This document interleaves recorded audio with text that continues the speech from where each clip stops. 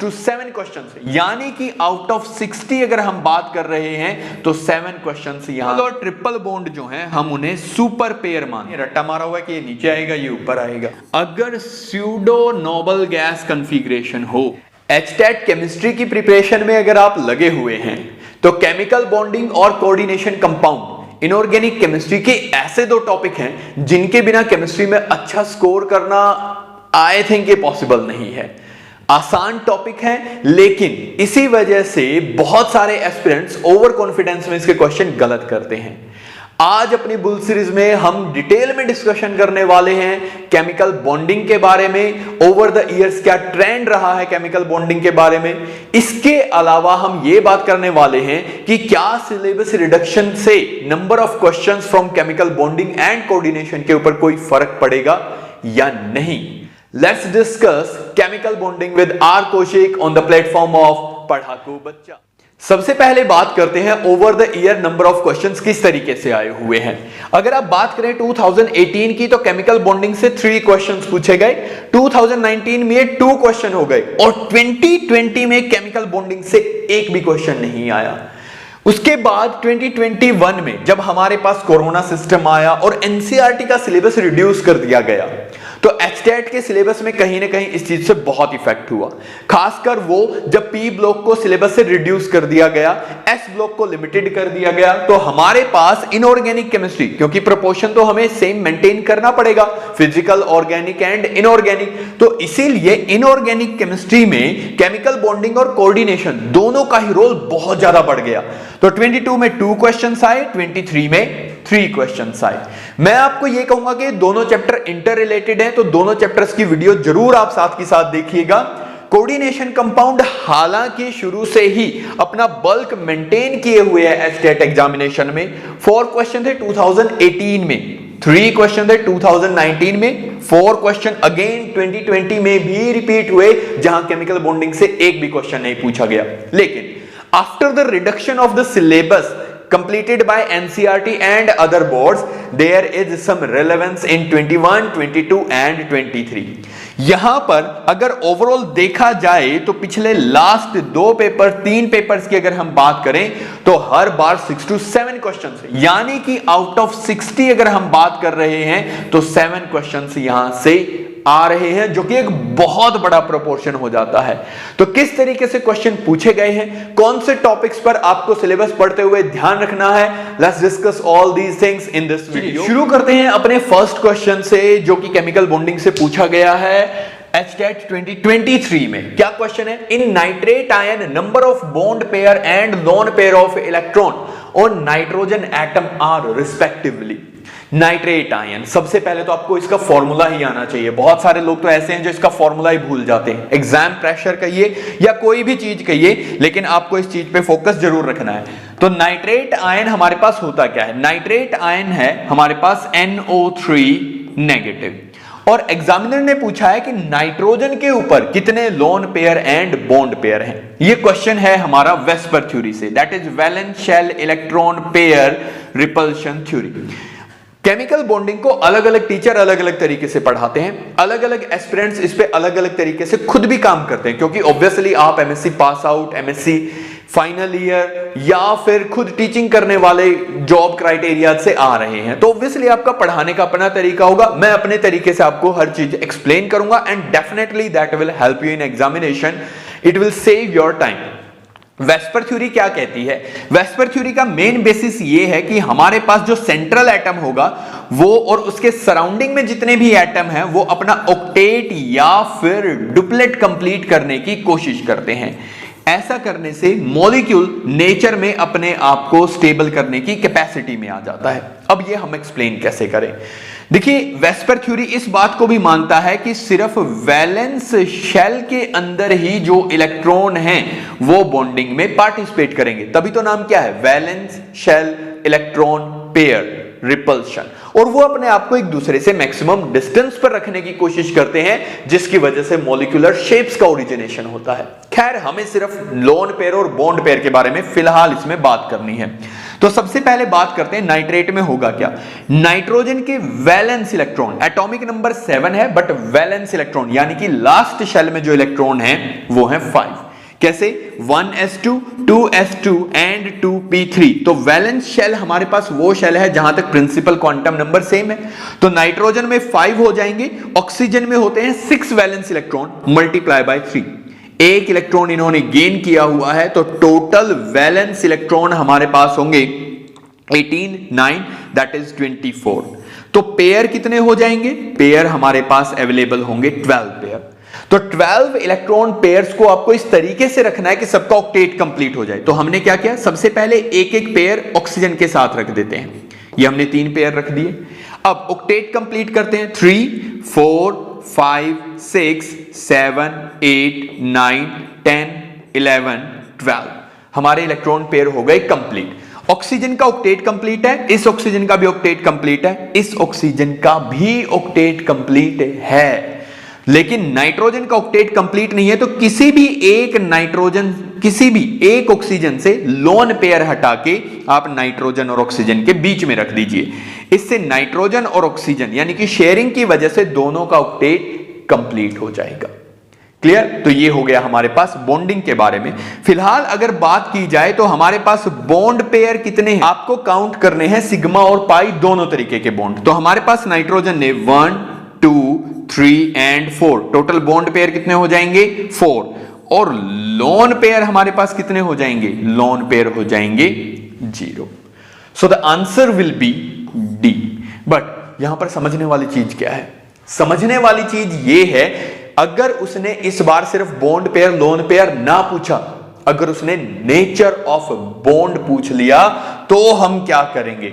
अगर nature of bond के बारे में क्वेश्चन आ गया तो आप इसे इस तरीके से सॉल्व करेंगे तो आंसर गलत हो जाएगा, ये बात याद रखिएगा। तो हम इसे सॉल्व कैसे करने वाले हैं? देखिए, नेचर ऑफ बॉन्ड से मेरा मतलब क्या है, अब ये तो बात आपको पता लगी प्रेजेंटली। अब वेल्सपर थ्योरी के बाद वैलेंस बॉन्ड थ्योरी आती है। वैलेंस बॉन्ड थ्योरी ये कहती है कि नाइट्रोजन की इलेक्ट्रॉनिक कॉन्फ़िगरेशन के according that is 1s2 2s2 2p3 यानी कि वैलेंस शेल में 2 इलेक्ट्रॉन यहां पर हैं और 3 इलेक्ट्रॉन हैं p के अंदर। तो वीबीटी इनिशियली बताती है कि जो अनपेयर्ड इलेक्ट्रॉन होंगे सिर्फ वही बॉन्डिंग में पार्टिसिपेट करेंगे ताकि वो पेयर अप हो जाएं और मॉलिक्यूल को स्टेबिलिटी मिले। और जो बिना, जो लास्ट शेल में तो है लेकिन बॉन्डिंग में पार्टिसिपेट नहीं करेंगे, वो हमारे पास क्या कहलाएंगे? लोन पेयर कहलाएंगे। अब कहानी ये है कि इसके हिसाब से नाइट्रोजन ने 3 बॉन्ड बनाए ऑक्सीजन के साथ। ये तो हमारे पास बन गए, एक ऑक्सीजन यहां जुड़ गया, एक यहां एक यहां, तो एक बचना चाहिए था लोन पेयर। लेकिन मॉलिक्यूलर स्टेबिलिटी कैसे आएगी? अब यहां पर तो मॉलिक्यूलर स्टेबिलिटी हम बना ही नहीं रहे हैं, किसी भी तरीके से नहीं कर रहे हैं। तो ओवरऑल जब आप स्टडीज करते हैं तो हमें पता लगता है कि नाइट्रोजन और ऑक्सीजन के बीच में एक डबल बॉन्ड बना हुआ है, यानी कि एक सिग्मा बॉन्ड यहां बनता है और एक पाई बॉन्ड बनता है।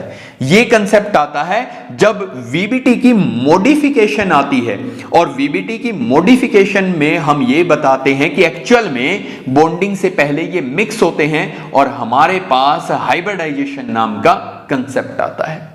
तो हाइब्रिडाइजेशन की वजह से हमारे पास अवेलेबल इलेक्ट्रॉन पेयर डिफरेंट तरीके से बिहेव करते हैं। नाइट्रोजन का जो लोन पेयर है वो एक्चुअल में, अब नाइट्रोजन सिर्फ कितने बॉन्ड बना सकता है? 3। देखो, सिग्मा बनाए या पाई बनाए, लेकिन नाइट्रोजन की कैपेबिलिटी जो है बॉन्ड बनाने की, कोवलेंट बॉन्ड बनाने की, वो है 3। तो यहां पर नाइट्रोजन ने 4 बॉन्ड बनाए हुए हैं। तो हमें बाद में पता चलता है कि नाइट्रोजन एक कोऑर्डिनेट बॉन्ड बनाता है ऑक्सीजन की तरफ, जिसकी वजह से ऑक्सीजन के ऊपर कंप्लीटली नेगेटिव चार्ज आता है और नाइट्रोजन के ऊपर पॉजिटिव चार्ज आता है। लेकिन दूसरी ऑक्सीजन के ऊपर भी नेगेटिव चार्ज है, ये है हमारा फॉर्मल चार्ज जिसे हम कहते हैं। ओके, ये बात याद रखिएगा। यहां पर क्या है? फॉर्मल चार्ज है। नाइट्रेट आयन में 2 ऑक्सीजन ऐसे हैं जिनके ऊपर नेगेटिव चार्ज है, लेकिन नाइट्रोजन के ऊपर पॉजिटिव चार्ज होने की वजह से net formal charge on the ion is -1। हमें ये नहीं लगना चाहिए कि हाँ यहां पर तो 2 नेगेटिव है, एक नेगेटिव चार्ज को इसके पॉजिटिव चार्ज ने बैलेंस कर दिया। और किसी भी आयन के ऊपर जो चार्ज होता है, शायद आपने ना सोचा हो, लेकिन 9th क्लास में अगर आप पढ़ा रहे हैं, 10th में आप पढ़ा रहे हैं, उन बच्चों के दिमाग में आता है, उन्हें लगता है कि जब नाइट्रेट आयन लिखा गया है तो इसका मतलब ऑक्सीजन पर नेगेटिव चार्ज है, जब कार्बोनेट लिखा गया है तो मतलब ऑक्सीजन पर 2 नेगेटिव चार्ज है। But in reality this negative charge is completely dispersed over this molecule. It is formal charge, which means this charge generated due to redistribution of electrons at the time of bond formation।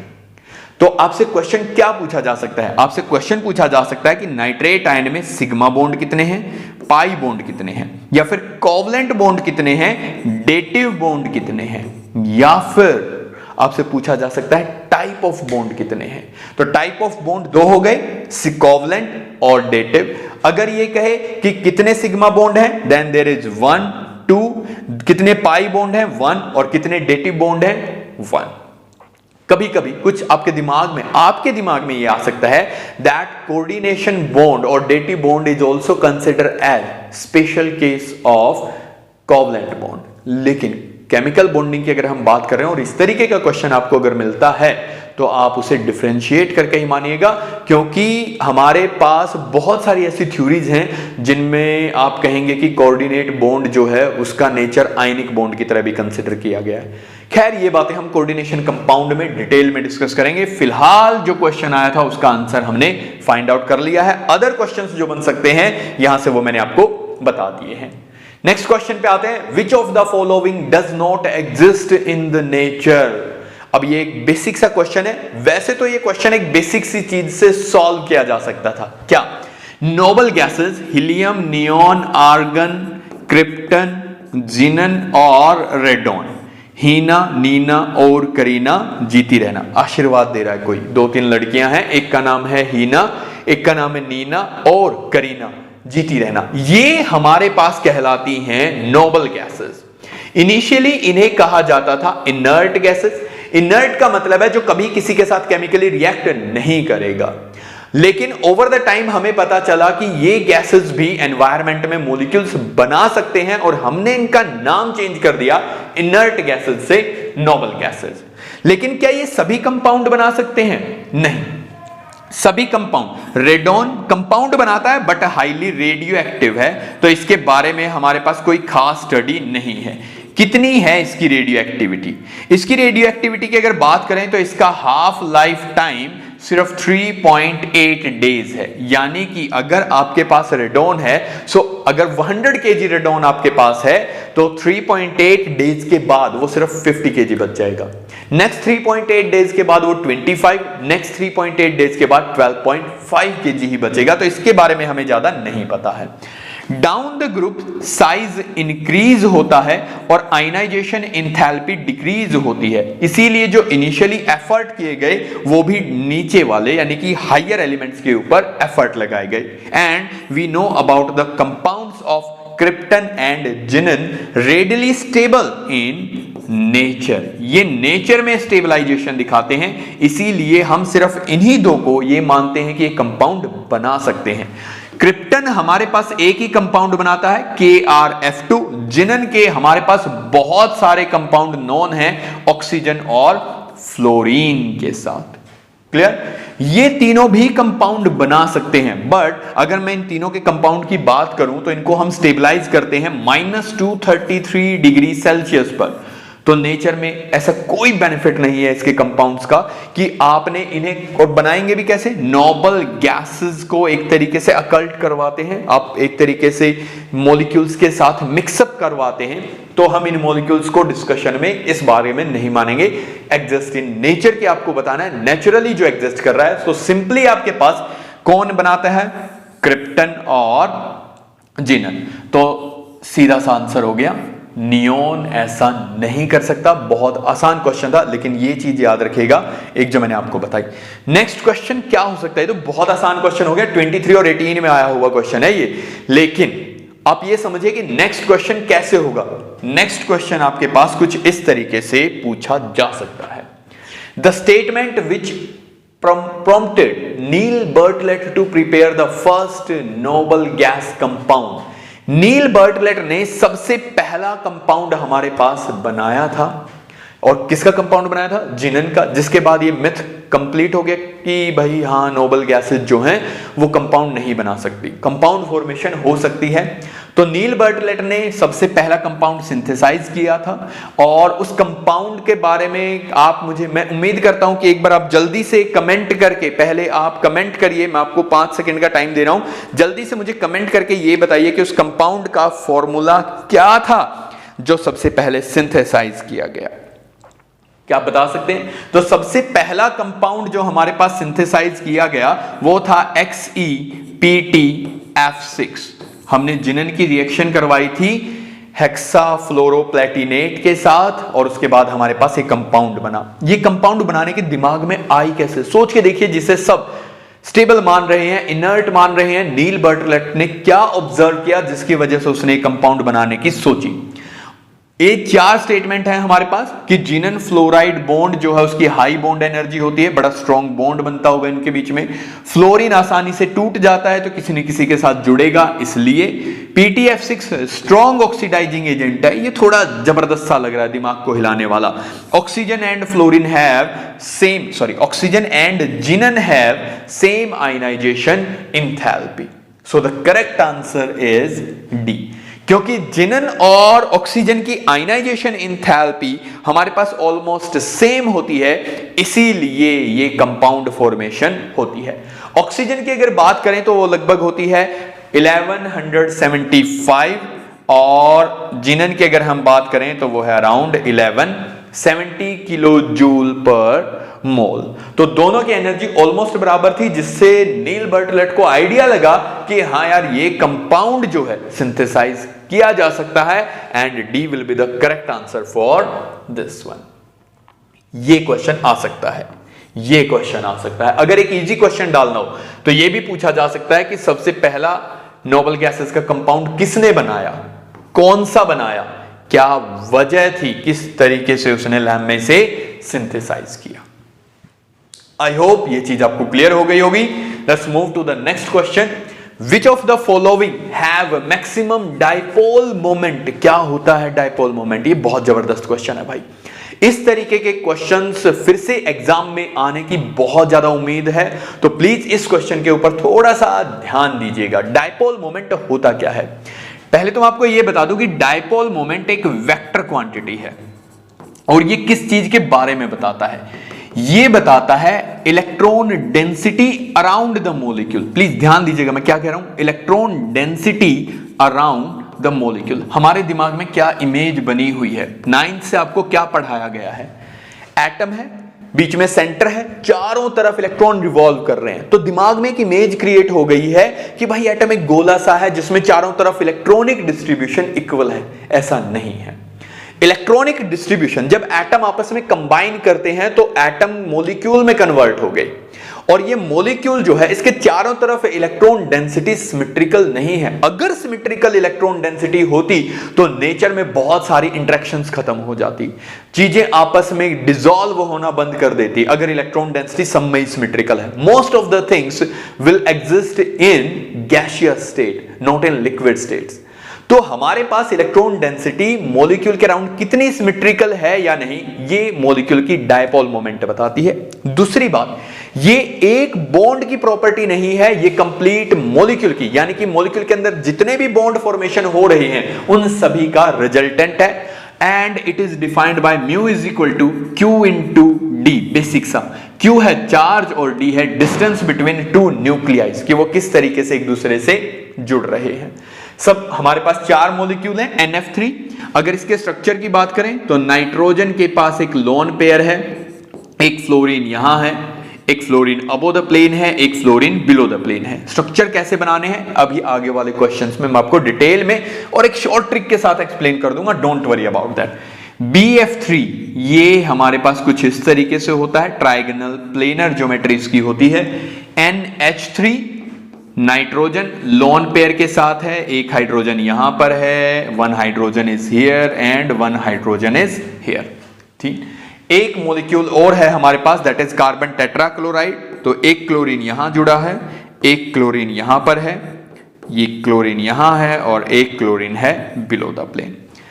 तो dipole moment जो है उसकी direction, dipole की direction होती है positive से negative की तरफ। मतलब हम ये बता रहे हैं कि भाई पॉजिटिव सेंटर से इलेक्ट्रॉन नेगेटिव की तरफ जा रहे हैं। दूसरा पॉइंट आपको जो ध्यान रखना है, हमेशा डायपोल की डायरेक्शन होती है एटम से लोन पेयर की तरफ। ये बात जरूर याद रखिएगा। तो यहां पर डायपोल की डायरेक्शन हो गई ये वाली, क्योंकि अगर ये बात आपको नहीं पता है तो क्वेश्चन सही नहीं होगा, गलत हो जाएगा। तो यहां पर डायपोल की डायरेक्शन हो गई ये, यहां पर ये, यहां पर ये। ओवरऑल कहने का मतलब यह है, तीन चीजें इलेक्ट्रॉन क्लाउड को अपनी तरफ खींच रही हैं और एक लोन पेयर ऊपर की तरफ खींच रहा है। यानी कि यह एक सब्सट्रैक्टिव प्रॉपर्टी है, या इलेक्ट्रॉन को सिमेट्रिकल करने की कोशिश कर रहे हैं, ना कि एक डायरेक्शन में शिफ्ट। बोरॉन के केस में देखो, एक फ्लोरीन यहां है, दो फ्लोरीन यहां है, इन दोनों का रिजल्टेंट जो है वो यहां कहीं आ जाएगा, क्योंकि एक ऐसी क्वांटिटी है वेक्टर। क्या मतलब है भाई, अगर मान लो कोई मुझे इस तरफ से पकड़ के खींचता है और कोई मुझे यहां से पकड़ के खींचता है, तो मैं किस तरफ जाऊंगा? ना मैं इस तरफ जाऊंगा ना मैं इस तरफ, मैं जाऊंगा कहीं ना कहीं बीच में। तो ये एक वेक्टर क्वांटिटी है जो इस बात पर डिपेंड कर रही है कि वो फोर्स कितना लगा रहे हैं और किस डायरेक्शन में लगा रहे हैं। उसी तरीके से इलेक्ट्रॉन क्लाउड किस तरफ शिफ्ट होगा वो डिपेंड करता है कि कौन किस तरफ खींच रहा है। इन दोनों का रिजल्टेंट यहां, इसका यहां, तो नेट रिजल्ट हो जाएगा 0। ये तो नॉन पोलर है। सेम चीज क्लोरीन में भी देखने को मिलेगी। यहां पर कार्बन टेट्राक्लोराइड में क्लोरीन ऊपर की तरफ खींच रहा है और 3 क्लोरीन इलेक्ट्रॉन क्लाउड को नीचे की तरफ खींच रहे हैं। इन तीनों का रिजल्टेंट कहीं ना कहीं यहां पर होगा और ये ऊपर की तरफ है, तो ऊपर और नीचे एक दूसरे को कैंसल आउट कर देंगे और म्यू की वैल्यू हो जाएगी 0। ये चीज पूछी जा सकती है कि किसकी डायपोल मोमेंट की वैल्यू 0 है, तो यहां पर म्यू की वैल्यू क्या हो जाएगी? 0। ये 0 नहीं होगी, क्योंकि नीचे जो नेट रिजल्ट है वो फ्लोरीन्स की वजह से है और ऊपर इलेक्ट्रॉन पेयर की वजह से है। तो हो सकता है इसकी वैल्यू ज्यादा हो सकता है नेट रिजल्ट में इसकी वैल्यू ज्यादा आई, यानी कि म्यू की वैल्यू 0 नहीं आएगी। ये 100% है। यहां पर बात करते हैं, यहां पर इलेक्ट्रॉन क्लाउड इस तरफ है। नाइट्रोजन और हाइड्रोजन में क्योंकि इलेक्ट्रोनेगेटिविटी नाइट्रोजन की ज्यादा है, तो सभी एटम से इलेक्ट्रॉन नाइट्रोजन की तरफ जाएंगे और इन तीनों का रिजल्टेंट इलेक्ट्रॉन क्लाउड भी नाइट्रोजन की तरफ जाएगा। तो दोनों एक दूसरे के लिए एडिटिव हैं, यानी कि एक दूसरे को नुकसान पहुंचाने की बजाय इलेक्ट्रॉन क्लाउड को सेम डायरेक्शन में शिफ्ट कर रहे हैं। तो अमोनिया की अगर बात की जाए तो वहां पर म्यू की वैल्यू 0 नहीं होगी और सबसे ज्यादा भी किसकी होगी? अमोनिया की। तो हमारे पास आंसर हो जाएगा that is C, that is NH3, क्योंकि दोनों की प्रॉपर्टी क्या थी? एडिटिव थी। ये याद रखिएगा, बहुत इंपॉर्टेंट क्वेश्चन हो सकते हैं और ज्यादा क्वेश्चन यहां से बन सकते हैं। अब यहां पर म्यू की वैल्यू 0 है, तो ये मॉलिक्यूल, जिस मॉलिक्यूल के लिए म्यू की वैल्यू 0, अब यहां से क्वेश्चंस देखो क्या क्या अराइज कर सकते हैं। अगर किसी मॉलिक्यूल के लिए म्यू की वैल्यू 0 है तो इसका मतलब वो मॉलिक्यूल क्या कहलाएगा? Non polar. और अगर म्यू की वैल्यू 0 नहीं है तो वो मॉलिक्यूल भी क्या कहलाएगा? पोलर। कहने का मतलब क्या है? हमें ये लगता है कि भाई कार्बन और क्लोरीन की इलेक्ट्रोनेगेटिविटी में डिफरेंस है, तो ये तो बॉन्ड तो क्या था? पोलर। ये बॉन्ड कैसा है? पोलर। पोलर बॉन्ड का मतलब है जिसमें 2 एटम जुड़े हुए हों और उनकी इलेक्ट्रोनेगेटिविटी डिफरेंट हो। तो बॉन्ड तो पोलर है, लेकिन मॉलिक्यूल क्या है? Non polar. और मॉलिक्यूल की पोलैरिटी ही डिसाइड करती है सॉल्युबिलिटी, कि वो किसके अंदर डिसॉल्व होगा। हमारे पास रूल है ना, लाइक डिसॉल्व लाइक, जो जैसा होगा वैसे को ही अपने अंदर डिसॉल्व करेगा। अब ये शेप्स कैसे बनाते हैं इसके बारे में हम बात करते हैं आगे वाले क्वेश्चंस में। Which of the following have sp3 hybridisation?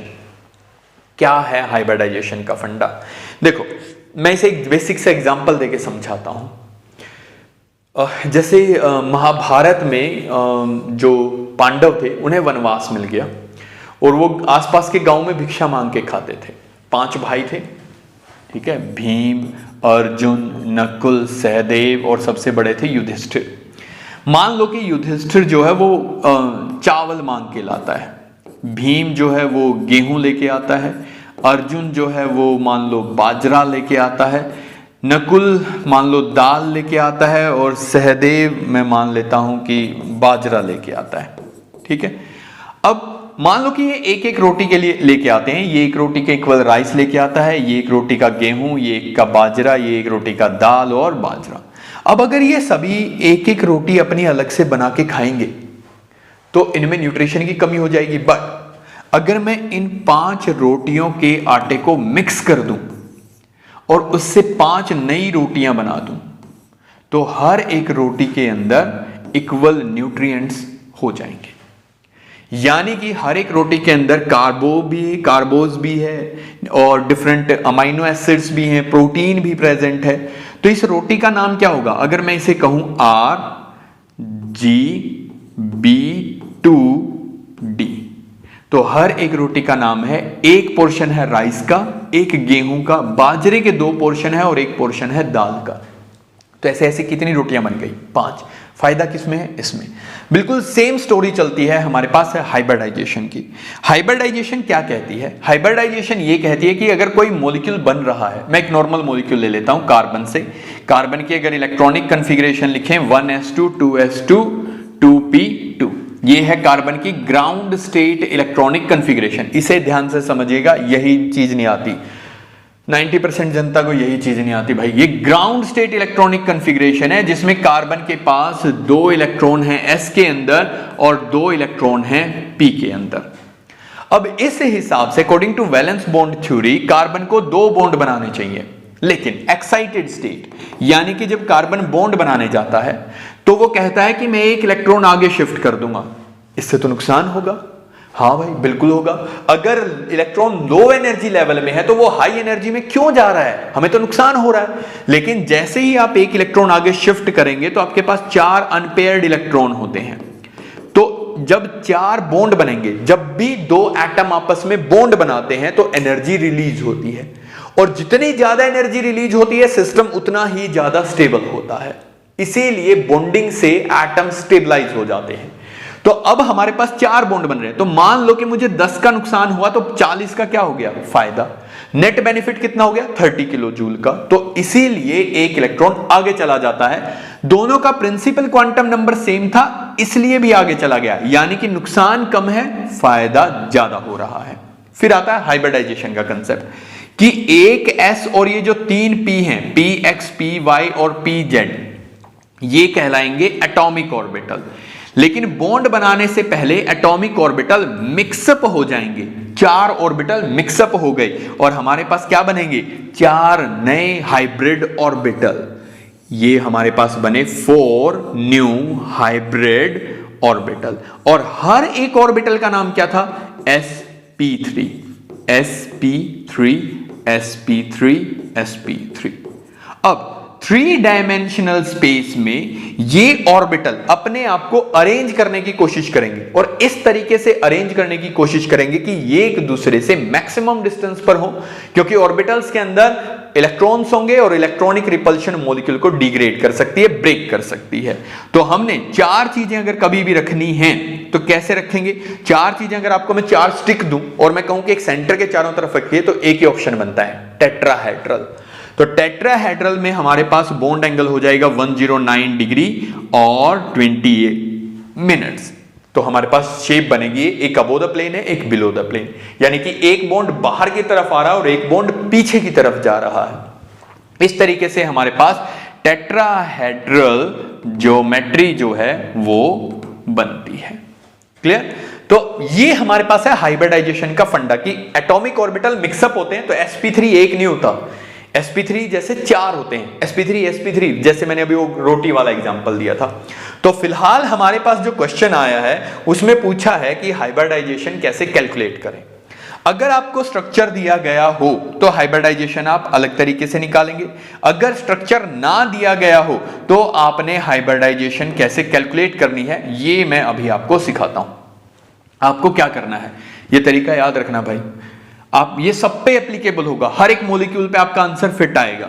आपको क्या करना है, टोटल वैलेंस इलेक्ट्रॉन काउंट करने हैं किसी के भी। जैसे NH4 पॉजिटिव है, हमारे पास क्या है NH4 पॉजिटिव, तो आप इसके क्या करिए, टोटल वैलेंस इलेक्ट्रॉन काउंट करिए। नाइट्रोजन के वैलेंस इलेक्ट्रॉन होते हैं 5, हाइड्रोजन के 1 × 4, तो टोटल हो गए 9। पॉजिटिव चार्ज है तो 1 माइनस कर देंगे, 8 वैलेंस इलेक्ट्रॉन है। 8 वैलेंस इलेक्ट्रॉन है, इसे डिवाइड कर दीजिए 2 से और हमारे पास आंसर आ जाएगा 4।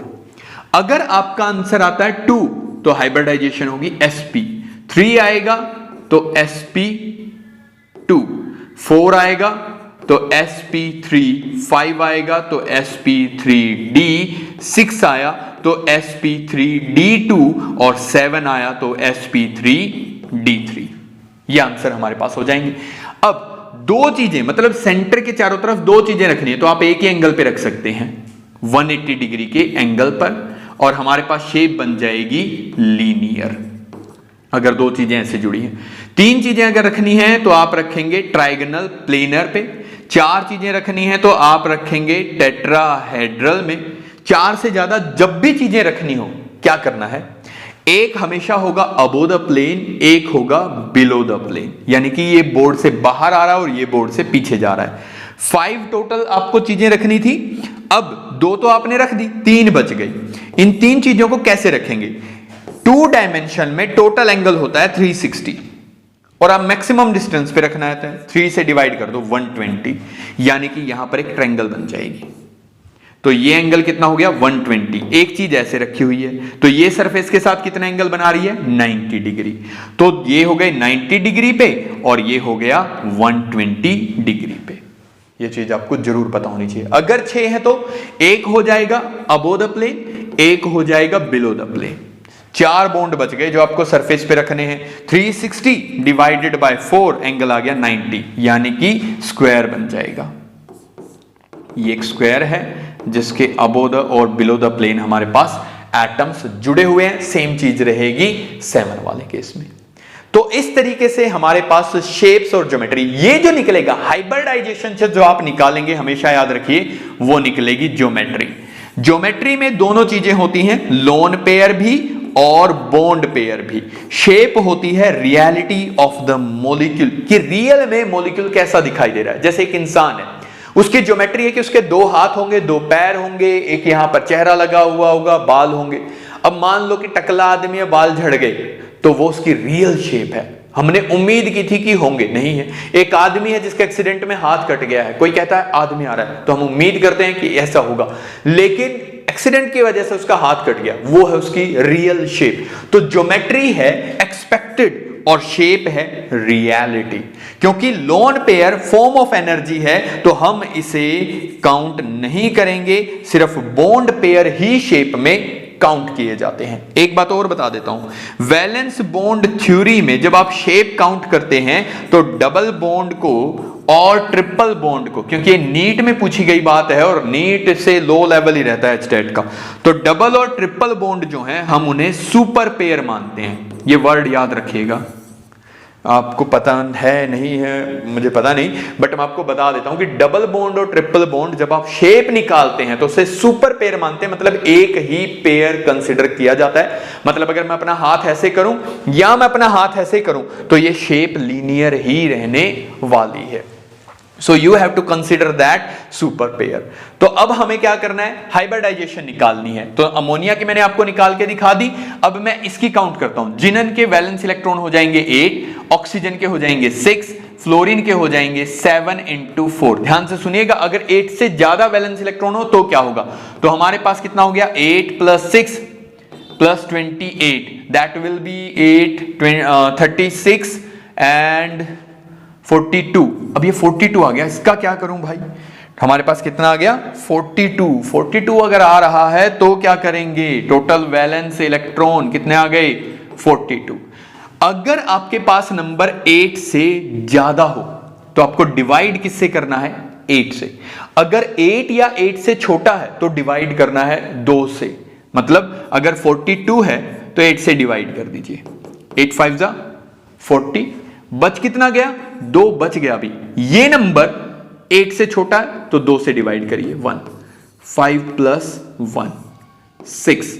तो हाइब्रिडाइजेशन क्या होगी, 1 S 3 P और 2 D, sp3d2, that will be the hybridization of XeOF4। Question में पूछा गया है sp3d, XeF4 का काउंट करो। जिनन के लिए कितने हो जाएंगे 8 क्योंकि नोबल गैस है। फ्लोरीन के लिए कितने हो जाएंगे 7 इंटू 4, 28 प्लस 8 कितना हो जाएगा 36, 8 4 जा 32। तो हमारे पास हाइब्रिडाइजेशन क्या हो जाएगी sp3। ज्योमेट्री क्या हो जाएगी टेट्राहेड्रल। यहां पर ज्योमेट्री क्या हो जाएगी 3 2 1 6 है तो क्या हो जाएगी ऑक्टाहेड्रल। कैसे निकाला था याद है, एक बॉन्ड 4 से ज्यादा होते ही एक बॉन्ड कहां बनेगा अबो द प्लेन, एक बॉन्ड कहां बनेगा बिलो द प्लेन। 4 बॉन्ड बच गए, 2 डायमेंशन में टोटल एंगल कितना होता है 360 और 4 से डिवाइड करूंगा तो एंगल कितना आ गया 90, यानी कि एक स्क्वायर यहां पर बन जाएगा। तो ये बन गया स्क्वायर, एक पिरामिड इसके ऊपर बना हुआ है एक नीचे, इसको हम नाम देंगे स्क्वायर बाई पिरामिडल, इसी को हम क्या बोलते हैं octahedral. Clear. Next B option हमारा बच गया, एक बार इसको और कैलकुलेट करते हैं। सल्फर क्योंकि ऑक्सीजन फैमिली से बिलोंग करता है and down the group number of valence electron हमेशा सेम रहते हैं, तो हमारे पास वैलेंस इलेक्ट्रॉन हो जाएंगे 6। फ्लोरीन के लिए 7 इंटू 4 कितना हो गया 28 प्लस 6 दैट विल बी 34। 8 से बड़ा नंबर है तो 8 से डिवाइड कर दो, 8 4 जा 32, 2 बच गया डिवाइडेड बाय 2 1, 4 प्लस 1 5। हाइब्रिडाइजेशन क्या हो जाएगी 1sp3d SF4। SF4 पे हद से ज्यादा क्वेश्चन पूछे गए हैं, याद रखिएगा। तो हाइब्रिडाइजेशन क्या हो गई sp3d। शेप और ज्योमेट्री की ओर अगर बात करें तो हमारे पास ज्योमेट्री क्या हो जाएगी 4 से ज्यादा है तो एक बॉन्ड अबो द प्लेन होगा, एक बॉन्ड होगा बिलो द प्लेन, और 3 बॉन्ड हो जाएंगे प्लेन में at an angle of 120 degree. तो ये हमारे पास हो गई ज्योमेट्री। ट्रायंगल के एक ऊपर क्या है पिरामिड, एक नीचे, तो ट्राइगोनल बाय पिरामिडल, ये हो गई ज्योमेट्री। Ideal situation. रियलिटी क्या है, 4 ही चीजें हैं जोड़ने के लिए, अवेलेबिलिटी तो 5 है। सल्फर कहता है भाई आ जाओ ऑक्टोपस बना बैठा हूं मैं, 5 चीजें जोड़ सकता हूं, बट हमारे पास क्या है 4 है। टिकटॉकर है एक अरमान, देखा है, कह रहे हैं उसकी तीसरी शादी हो रही है, यानी कि he has 3 बाइंडिंग साइट, कह रहा 3 मेरे पास 3 बड़े बड़े घर हैं, बट रियलिटी में तो 2 ही शादियां हैं ना, तो ये वही है। रियलिटी की बात करते हैं तो यहां पर एक फ्लोरीन यहां, एक फ्लोरीन यहां, एक फ्लोरीन यहां, एक फ्लोरीन यहां। कैसे जोड़ना है फ्लोरीन भाई, ये अभी आगे वाले क्वेश्चंस में मैं आपको एक्सप्लेन करता हूं कि कैसे डिसाइड करेंगे। सिंपल सी बात है, डिस्टेंस पे रखना है ना, तो ये एंगल हमारे पास है 120 डिग्री, ये है 120 डिग्री। अगर मैं यहां पर रखता हूं तो ये इंटरेक्शन से ज्यादा हो जाएंगी, ज्यादा बढ़ जाएंगी। खैर अभी डिटेल में नेक्स्ट पॉइंट पे आते हैं। तो हमारे पास आंसर इस तरीके से आपको निकालना है। हाइब्रिडाइजेशन निकालने के लिए चाहे आयन हो कैटायन हो कोई भी हो, हमेशा ये फॉर्मूला यूज करिए। टोटल वैलेंस इलेक्ट्रॉन काउंट करिए, अगर 8 से ज्यादा है तो 8 से डिवाइड करिए, अगर 8 या 8 से कम है तो 2 से डिवाइड करिए, अगर रिमाइंडर कुछ बच रहा है तो फिर से यही रूल लगाइए, जो जो आपके पास आ रहे हैं उन्हें ऐड करिए, फाइनल आंसर आपका 101% स्टिक बैठेगा। नेक्स्ट क्वेश्चन पे आते हैं, जल्दी से खत्म करते हैं। Which of the following order is correct energy level for the nitrogen gas is correct? One of the most important topic from MOT। कहां से आया है ये क्वेश्चन? MOT से आया है। ध्यान है किसी भी चीज का। MOT कहता है कि एटम जब आपस में मिक्स होंगे तो सिर्फ वैलेंस शेल मिक्स नहीं होंगे, बल्कि अंदर वाले जो शेल्स हैं, जो ऑर्बिटल्स हैं, वो भी आपस में मिक्सअप हो जाएंगे। और इसी वजह से एटम के जुड़ने के बाद जो मॉलिक्यूल बनता है उसकी प्रॉपर्टीज कंप्लीटली डिफरेंट होती हैं एटम से। अगर वैलेंस शेल के इलेक्ट्रॉन ही बॉन्डिंग में पार्टिसिपेट करते तो कहीं ना कहीं मॉलिक्यूल के अंदर एटॉमिक प्रॉपर्टीज रिटेन होती, बट इतना ज्यादा डिफरेंस जो आ रहा है उसकी मेन वजह यही है कि एटम एटॉमिक ऑर्बिटल हर एक तरीके से, चाहे वो इनर ऑर्बिटल्स हो चाहे बाहर वाले हो, सब मिक्सअप होते हैं। तो नाइट्रोजन के केस में भी हमारे पास कुछ ऐसा ही है। अगर मैं आपको नाइट्रोजन का केस बताऊं तो एमओटी क्या कहता है, इलेक्ट्रॉनिक कॉन्फ़िगरेशन देखो 1s2 2s2 2p3, तो दूसरा नाइट्रोजन भी जुड़ रहा है 1s2 2s2 2p3। तो एमओटी कहती है कि ये दोनों आपस में मिक्स होंगे, ये दोनों आपस में मिक्स होंगे और ये दोनों आपस में मिक्स होंगे। और मिक्सिंग के बाद दो तरीके के ऑर्बिटल बनेंगे, एक कौन से बनेंगे बॉन्डिंग और दूसरा बनेंगे एंटी बॉन्डिंग। आई होप आप इस कंसेप्ट से अवेयर हैं। तो मैं लेता हूं, मेरे पास एक नाइट्रोजन का एटम मैंने ले लिया जिसमें 1s के अंदर इलेक्ट्रॉन है, दूसरा भी मैंने ले लिया 1s। इसमें भी 2 इलेक्ट्रॉन है। दोनों मिक्सअप हो गए और एक हमारे पास बना हाई एनर्जी लेवल ऑर्बिटल जो कहता है बॉन्ड मत बनाओ, और एक बना लो एनर्जी ऑर्बिटल जो कहता है बॉन्ड बनाओ। बॉन्ड बनेगा क्योंकि s ऑर्बिटल स्फेरिकल होता है, तो बॉन्ड बनेगा तो हेड टू हेड ओवरलैपिंग होगी, इसलिए सिग्मा बॉन्ड बनेगा। तो इसका नाम हो जाएगा सिग्मा 1s। अगर बॉन्ड नहीं बन रहा तो हम हाई एनर्जी की वजह से इसे नाम दे रहे हैं sigma star 1s। Total 4 electron थे, तो 2 इलेक्ट्रॉन यहां आ जाएंगे और 2 इलेक्ट्रॉन यहां आ जाएंगे। ये कहलाएंगे बॉन्डिंग इलेक्ट्रॉन, ये हो जाएंगे एंटी बॉन्डिंग। अब ये वाला आ जाएगा, यानी कि 2s और 2s ये आपस में मिक्सअप होंगे, एटॉमिक ऑर्बिटल। ये क्या है? Atomic orbital.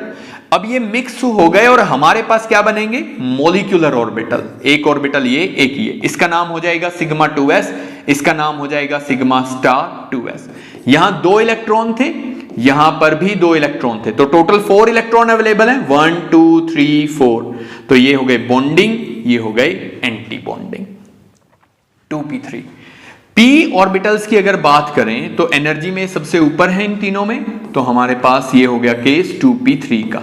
There are 3 electron in nitrogen, there are 3 electron in nitrogen, that is px py pz, px py pz। अब ये तीनों एक दूसरे के म्यूचुअली परपेंडिकुलर है। इसे कुछ इस तरीके से समझिए, एक मेरा हैंड ये है, एक मेरा हैंड ये है, तो ये मेरी एक एक्सिस है x, ये मेरी एक्सिस है y और ये एक्सिस है z। ठीक है, या मैं नॉर्मली समझाने के लिए इसे z मान रहा हूं, ये z एक्सिस है, ये x एक्सिस है, ये y एक्सिस है। अगर मेरी दूसरी तरफ भी मेरे जैसा ही एक और बंदा खड़ा है, तो हम हैंड शेक कर रहे हैं, तो अब हमारा सिर नहीं मिल सकता, ना ही हमारा ये हाथ मिल सकता, क्योंकि ये फिक्स है पोजीशंस। तो अब हम साइड वाइज ओवरलैपिंग कर सकते हैं, ऐसे हेड टू हेड नहीं कर सकते। तो अगर एक ऑर्बिटल, चाहे वो x हो, चाहे y हो, चाहे z हो, अगर एक orbital head to head overlapping कर लेगा तो बाकी orbital head to head overlapping नहीं कर पाएंगे, बाकी साइड वाइज ओवरलैपिंग करेंगे और पाई बॉन्ड बनेगा। हेड टू हेड ओवरलैपिंग की वजह से सिग्मा बॉन्ड कहलाएगा और इसकी एनर्जी कम हो जाएगी, क्योंकि मैंने कहा जितनी ज्यादा ओवरलैपिंग होगी, जितने स्ट्रांगली चीजें जुड़ेंगे, उतनी ही ज्यादा एनर्जी रिलीज होगी। तो मैंने माना कि pz जो है वो हमारे पास क्या करता है? हेड टू हेड ओवरलैपिंग करता है। तो इसकी एनर्जी कुछ इस तरीके से हो गई। px और py, अब ये तो हमारे पास बन गया बॉन्डिंग। बॉन्डिंग बनेगा तो हम इसे क्या बोलेंगे? सिग्मा 2pz, और ये हो जाएगा इसका anti bonding, that is sigma star 2pz। Clear? दूसरा हमारे पास 2 है px और py। px और py क्योंकि पाई बॉन्ड बनाते हैं, तो ये हमारे पास यहां पर आ जाएंगे। ओके, ये हो गया पाई px और ये हो गया पाई py।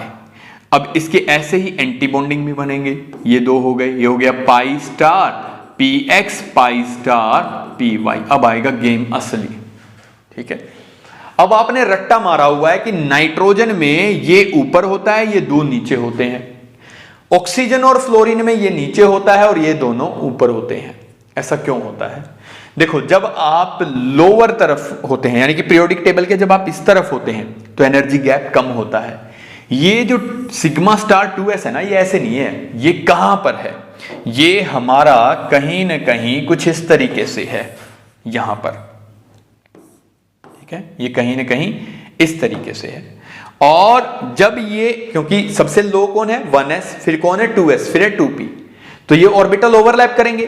तो ये जो सिग्मा स्टार 2s है ना, ये सिग्मा 2pz को रिपेल करेगा। यहां पर हमारे पास क्या होती है? रिपल्शंस होती हैं, या फिर कहो ऑर्बिटल मिक्सिंग होती है, जिसकी वजह से सिग्मा स्टार 2s की एनर्जी थोड़ी सी कम हो जाती है और इसकी एनर्जी थोड़ी सी ज्यादा हो जाती है। यानी कि ऑर्बिटल मिक्सिंग की वजह से, किसकी वजह से? ऑर्बिटल मिक्सिंग की वजह से सिग्मा 2pz कहां चला जाता है? ऊपर की तरफ, और ये पाई ऑर्बिटल कहां रह जाते हैं? नीचे की तरफ। अब आपने रट्टा मारा हुआ है कि ये नीचे आएगा, ये ऊपर आएगा। अगर भाई ये कुछ लोग क्या कहते हैं कि पाई के 2 थे, सिग्मा का 1 था, इसलिए सिग्मा वाला ऊपर चला गया, पाई वाले नीचे चले गए। ये चीज तो यहां भी होनी चाहिए थी। फिर ये एंटी बॉन्डिंग में भी तो होनी चाहिए थी। एंटी बॉन्डिंग में ऐसा नहीं हो रहा है, सिर्फ बॉन्डिंग में ऐसा क्यों हुआ? क्योंकि लोअर एलिमेंट्स की अगर बात करें जिनका एटॉमिक नंबर कम है उनके एनर्जी गैप कम होता है ऑर्बिटल्स में, जिसकी वजह से मिक्सिंग होती है और ये ऊपर चला जाता है। तो हमारे पास सिग्मा 2pz ऊपर चला जाएगा, ये नीचे रह जाएंगे। टोटल इलेक्ट्रॉन है 6, एक यहां, एक यहां, एक यहां, एक यहां, 2 यहां। तो सीक्वेंस क्या बना? सबसे कम एनर्जी है sigma 1s, sigma star 1s, sigma 2s, sigma star 2s। उसके बाद कौन है? पाई px, पाई py। उसके बाद है सिग्मा 2pz, फिर है पाई स्टार px और पाई स्टार py, दोनों की एनर्जी बराबर है। और फिर है सिग्मा स्टार 2pz। पढ़ो तो डिटेल में पढ़ो, ध्यान से पढ़ो, आधा अधूरा पढ़ के कभी प्रिपरेशन एग्जाम की नहीं हो पाएगी, चाहे वो कोई भी एग्जाम हो। तो सीक्वेंस हमारे पास कौन सा बनेगा? सीक्वेंस हमारे पास बनेगा ये वाला। सबसे ज्यादा एनर्जी होगी इसकी, उसके बाद सिग्मा 2px, उसके बाद आएगा पाई 2py और इसके साइड में ही होगा पाई 2px। That will be the correct sequence. इसने सीक्वेंस जनरली एग्जाम में सीक्वेंस लोग नीचे से उठाते हैं, यहां से, उसने यहां से इस तरफ से उठाया हुआ है ताकि आप कंफ्यूज हो सके। थोड़ा सा तो चेंज करेगा ये, ऑब्वियसली आप एमएससी लेवल का एक एग्जाम दे रहे हैं। नेक्स्ट पॉइंट पे आते हैं, the double bond in molecular C2 exist. C2 देखो, एक नॉर्मल सी चीज पढ़ते हैं कि जब भी बॉन्ड फॉर्मेशन होगी तो हमेशा पहले सिग्मा बॉन्ड बनेगा फिर पाई बॉन्ड बनेगा, क्योंकि सिग्मा बॉन्ड जो है वो स्ट्रॉन्ग होते हैं as compare to pi bond. ये एक नॉर्मल सी चीज जो हम पढ़ाते हैं, बार बार बच्चों को बोलते हैं। C2 मॉलिक्यूल जो नेचुरली एग्जिस्ट नहीं करता, याद रखिएगा ये वेपर फॉर्म में एग्जिस्ट करता है अराउंड 700 केल्विन के करीब, वेपर फेज में ये एग्जिस्ट करता है। तो इसमें क्या मॉलिक्यूल बनेगा? अगर मैं कह रहा हूं कि मैंने C2 को जोड़ दिया और उसमें 2 ही बॉन्ड बने हुए हैं, तो लोग सोचेंगे कि भाई एक सिग्मा बनेगा और एक क्या बनेगा? Pi. The double bond in molecule C2 consist of, C2 ही मॉलिक्यूल है। कुछ लोगों को लगता है कि कार्बन ने किसी मॉलिक्यूल के अंदर डबल बॉन्ड बनाया हुआ है, तो एक सिग्मा हो जाएगा और एक पाई हो जाएगा। इस चक्कर में आधों का आंसर गलत हो जाता है, सी पे टिक करके आ जाते हैं। रियलिटी है MOT, इस मॉलिक्यूल की रियलिटी क्या है? MOT। पहले क्या होगा? सिग्मा 1s, उसके बाद sigma star 1s, sigma 2s, sigma star 2s। उसके बाद कौन है? पाई px, पाई py, देन सिग्मा 2pz। मैंने अभी आपको बताया था भाई। तो टोटल हमारे पास C2 की अगर हम बात करें तो टोटल 12 इलेक्ट्रॉन हमारे पास होंगे बॉन्डिंग में इन्वॉल्व होने के लिए। 2 इलेक्ट्रॉन यहां आ गए, 2 यहां, 2 यहां पर और 2 यहां पर। 2 4 6 8 9 10 11 12, क्योंकि दोनों की एनर्जी बराबर है तो पहले एक एक इलेक्ट्रॉन फिल किया जाएगा, हंट्स रूल, फिर पेयरिंग हो गई। तो दोनों इलेक्ट्रॉन जो हैं वो कहां पर प्रेजेंट हैं? पाई ऑर्बिटल्स में, पाई ऑर्बिटल्स के अंदर। तो दोनों ही बॉन्ड जो कार्बन ने बनाए वो पाई बॉन्ड बनाए। The only molecule which form pi bond over sigma bond is C2। दोनों ही पहले पाई बॉन्ड फॉर्मेशन करता है, नेचुरली एग्जिस्टेंस नहीं है। वेपर फेज में 700 केल्विन के अराउंड ये मॉलिक्यूल एग्जिस्ट करता है। बहुत ही जबरदस्त क्वेश्चन है, ओवर कॉन्फिडेंस में मरवा देने वाला क्वेश्चन है, क्योंकि यहां पर डबल बॉन्ड के चक्कर में लोग बड़ा गलत करके आते हैं। एक्सप्लेन मैंने कर दिया है। Which of the following is most covalent character? Covalent character कैसे? देखो, कोवलेंट बॉन्ड नहीं है, प्लीज इस बात को समझो। कोवलेंट बॉन्ड नहीं है, कोवलेंट कैरेक्टर है। कोवलेंट कैरेक्टर किसके अंदर होता है? कोवलेंट कैरेक्टर जो है वो होता है आयोनिक बॉन्ड के अंदर। और आयनिक कैरेक्टर किसके अंदर होता है? आयनिक कैरेक्टर होगा कोवलेंट बॉन्ड के अंदर। 2 एटम आपस में जुड़े A और B, A की इलेक्ट्रोनेगेटिविटी ज्यादा है तो पार्शियली नेगेटिव चार्ज, B के ऊपर पार्शियली पॉजिटिव चार्ज। तो ये कोवलेंट बॉन्ड था जिसने इलेक्ट्रॉन शेयर किया और इसके अंदर आयनिक कैरेक्टर आ गया। आयनिक कैरेक्टर आया इलेक्ट्रोनेगेटिविटी के डिफरेंस से। तो जितना ज्यादा इलेक्ट्रोनेगेटिविटी का डिफरेंस होगा उतना ही ज्यादा क्या होगा? आयोनिक कैरेक्टर हो गया। सिंपल सी बात। कोई कहता है HCl है और HBr है, बताओ किस में आयनिक कैरेक्टर ज्यादा है? इसकी इलेक्ट्रोनेगेटिविटी ज्यादा है, इसकी कम, तो ये ज्यादा आयनिक, ये कम। सिंपल, बहुत ज्यादा कोई डिफिकल्ट नहीं है। आयनिक कैरेक्टर कैसे डिसाइड करते हैं? आयनिक कैरेक्टर डिसाइड किया जाता है कुछ रूल्स के द्वारा। क्या होता है? देखो मान लो कि हमारे पास एक एटम है A और एक एटम है B। हम कहते हैं कि इन दोनों ने ओवरलैप किया, एक एक इलेक्ट्रॉन दिया, कोवलेंट बॉन्ड बन गया। क्योंकि कोवलेंट बॉन्ड बेटर होता है तो चीजों ने आयनिक बॉन्ड बनाए ही क्यों? एक्चुअल में प्रॉब्लम यह है कि हर एक चीज ने कोवलेंट बॉन्ड बनाने की कोशिश की, लेकिन इलेक्ट्रोनेगेटिविटी का डिफरेंस बहुत ज्यादा होने की वजह से A के पास कुछ भी नहीं बचा और दोनों इलेक्ट्रॉन किसके पास चले गए? B के पास।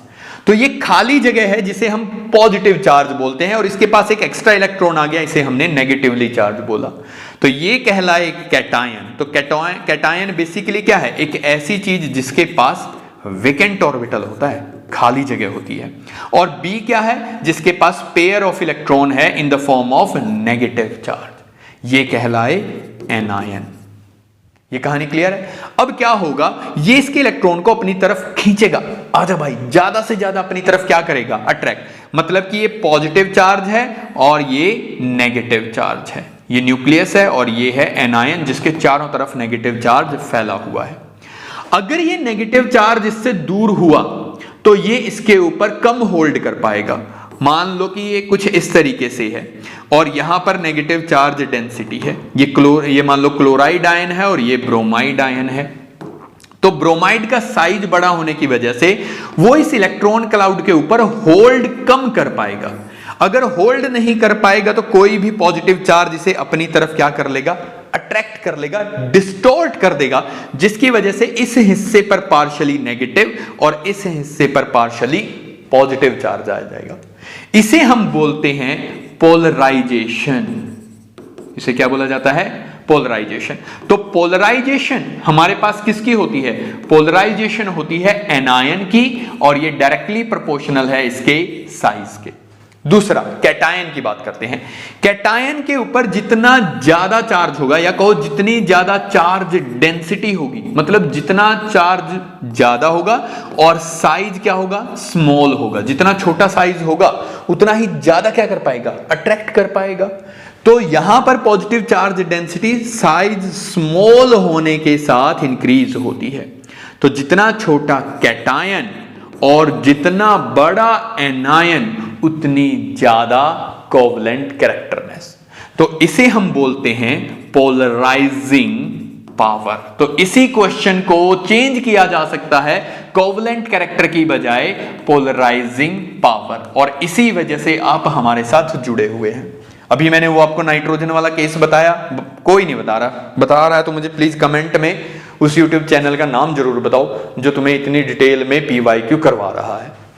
दूसरा कोवलेंट जो इस तरीके से भी करवा रहा हूं, मैं सच में जानना चाहता हूं कि और कौन है भाई ऐसे जो हमारी तरह पढ़ा रहा है आपको। कमेंट में सच में उसका यूट्यूब चैनल का नाम मुझे जरूर बताना। तो हमारे पास क्या है? दूसरा क्वेश्चन बनेगा कोवलेंट कैरेक्टर की बजाय पोलराइजिंग पावर के ऊपर। अब देखो, पोटेशियम है, लिथियम है, सोडियम है, रुबिडियम है। सबसे ज्यादा कोवलेंट कैरेक्टर किसकी वजह से आएगा? लिथियम की वजह से। इस टाइम ऐसा हो सकता है कि सब जगह एनायन लिख दे, और एनायन में आपको छोटा नहीं सबसे बड़ा देखना है। नेक्स्ट पॉइंट जो सबसे ज्यादा इंपॉर्टेंट है, इस पॉइंट के लिए स्क्रीनशॉट ले लेना भाई। ये जो मैं फिलहाल लिख रहा हूं ना बात, इस पॉइंट के लिए स्क्रीनशॉट लेना। घर में कोई तैयारी कर रहा है नीट की या जेईई एडवांस की तो उसे भी बताना। अगर स्यूडो नोबल गैस कॉन्फ़िगरेशन हो, स्यूडो नोबल गैस कॉन्फ़िगरेशन, तो उससे कोवलेंट कैरेक्टर बहुत ज्यादा इंक्रीज होता है। जैसे Ag पॉजिटिव की बात करो, कॉपर पॉजिटिव की बात करो, तो इनके अंदर क्या होती है? स्यूडो नोबल गैस कॉन्फ़िगरेशन, यानी कि इनमें से इलेक्ट्रॉन निकाल दो तो इसमें D10 हो जाएंगे। तो अगर ये किसी के साथ जुड़े होते हैं तो ये बहुत ज्यादा कोवलेंट कैरेक्टर जनरेट करते हैं। मान लो कोई कहे कि कॉपर क्यूप्रस क्लोराइड है और सोडियम क्लोराइड है, बताओ किसके अंदर कोवलेंट कैरेक्टर ज्यादा है? तो इसके अंदर। अब ये मत कह देना कॉपर का साइज छोटा होता है, ये डी ब्लॉक मेटल है, नहीं।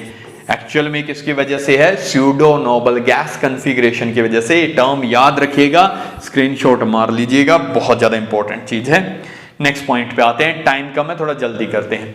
विच of the following compound of xenon is square by pyramidal? देखो अब मैंने आपको भाई हाइब्रिडाइजेशन निकालनी सिखा दी है।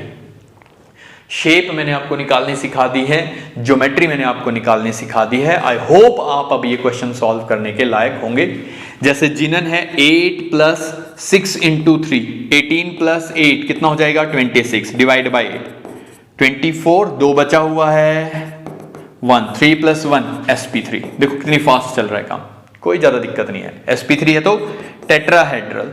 XeO4 8 + 6 + 7 × 4 कितना हो जाएगा 8 + 6 + 28, 28 + 8 36, 36 + 6 कितना हो जाएगा, ये हो जाएगा 42,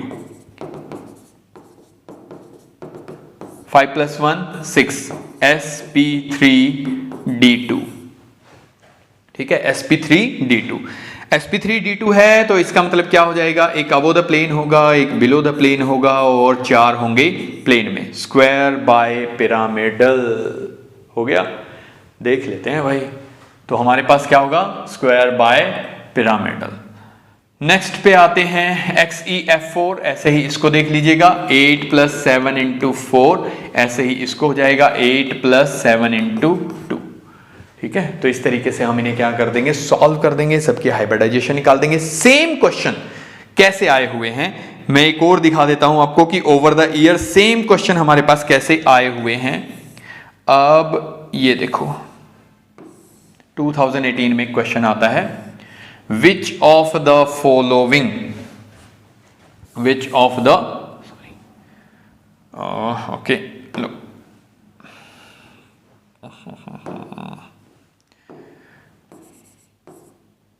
तो भैया, which of the following compound is square pyramidal, XeO3, XeO4, XeF4, XeF2। बिल्कुल सेम है, कोई चेंज नहीं किया गया क्वेश्चन में, बिल्कुल यूं का यूं हमारे पास रिपीट कर दिया गया। ये सॉरी, ये पिरामिडल है, बाय पिरामिडल नहीं, ये प्रिंटिंग मिस्टेक है। ठीक है, ये हो जाएगा हमारे पास sp3d2। तो ये ज्योमेट्री देखो क्या है, ये चीज, अच्छा ये तो चीज मैं बतानी भूल ही गया, ज्योमेट्री है। ज्योमेट्री क्या है, स्क्वायर बाय पिरामिडल। आपको क्या देखना है, shape, which of the following compound is square pyramidal, square pyramidal. तो ज्योमेट्री तो क्या है, स्क्वायर बाय पिरामिडल, लेकिन चीजें कितनी है जोड़ने के लिए, 4 और 1 5। एक ऑक्सीजन यहां जुड़ गया, फ्लोरीन फ्लोरीन फ्लोरीन फ्लोरीन, तो यहां तो कुछ है ही नहीं, यहां पर तो लोन पेयर है। तो शेप क्या हो जाएगी, शेप हो जाएगी स्क्वायर, ये रहा, और एक पिरामिड। तो स्क्वायर पिरामिडल शेप होगी, बाय पिरामिडल ज्योमेट्री है। आइडियली क्या होना चाहिए था, तो एक क्वेश्चन बिल्कुल डिट्टो 2018 में रिपीट यहां से हुआ है। और एक चीज और मैं इसके बारे में बताता हूं, एक क्वेश्चन यहां से कैसे बनाया गया, एक क्वेश्चन और देखिए यहां से कैसे पूछा गया।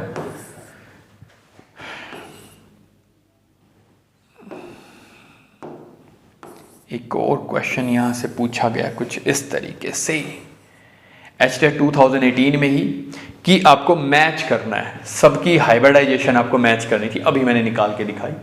XeO3 की क्या है, ये सब हाइब्रिडाइजेशन आपको मैच करनी थी। तो सेम तरीके के क्वेश्चन हमारे पास आए हुए हैं। नेक्स्ट क्वेश्चन पे चलते हैं, question number 9, match the list 1 correctly with list 2। आपको लिस्ट 1 और लिस्ट 2 को करेक्टली मैच करना है। ये ऑप्शंस हैं, ये लिस्ट 1 है, ये लिस्ट 2 है।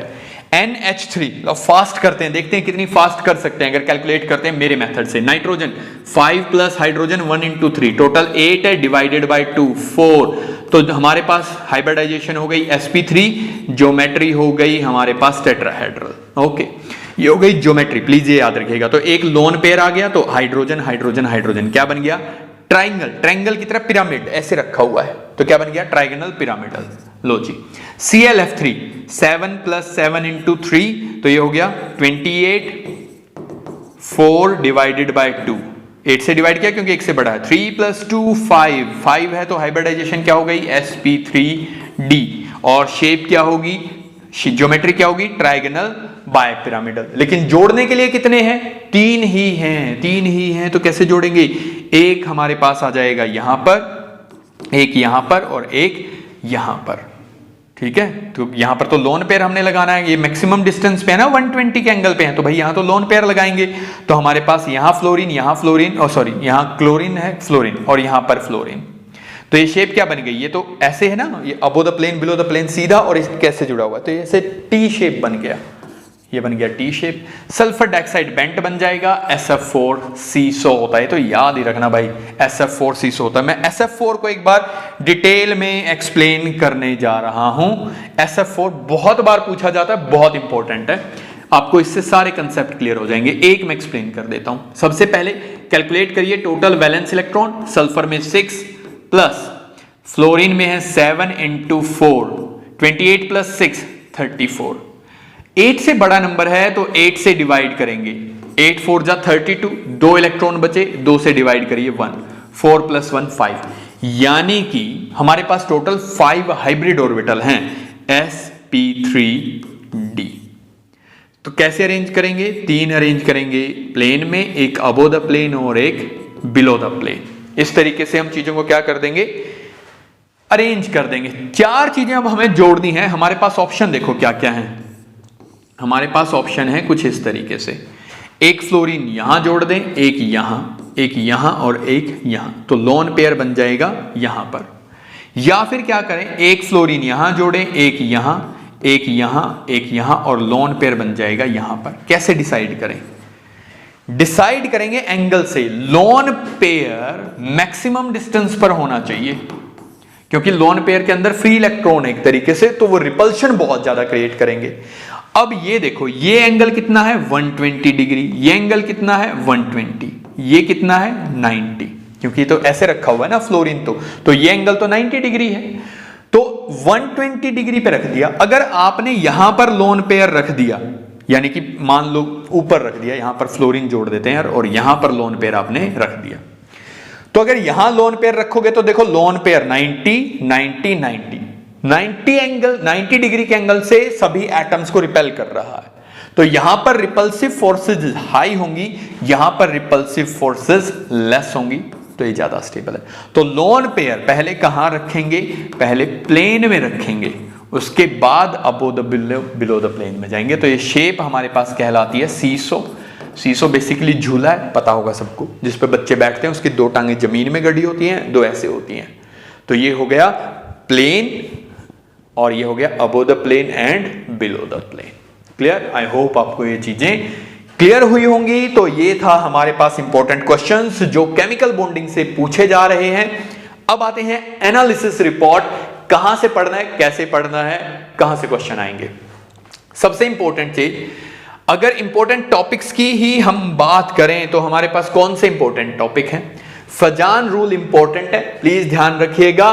कैटायन छोटा होना चाहिए, एनायन बड़ा होना चाहिए, और सूडो इलेक्ट्रॉनिक कॉन्फ़िगरेशन अगर होगी तो ज्यादा होगा। मॉलिक्यूल्स की शेप, ज्योमेट्री और हाइब्रिडाइजेशन निकालनी आनी चाहिए। शॉर्ट ट्रिक मैंने आपको बता दी है कैसे कैलकुलेट करना है।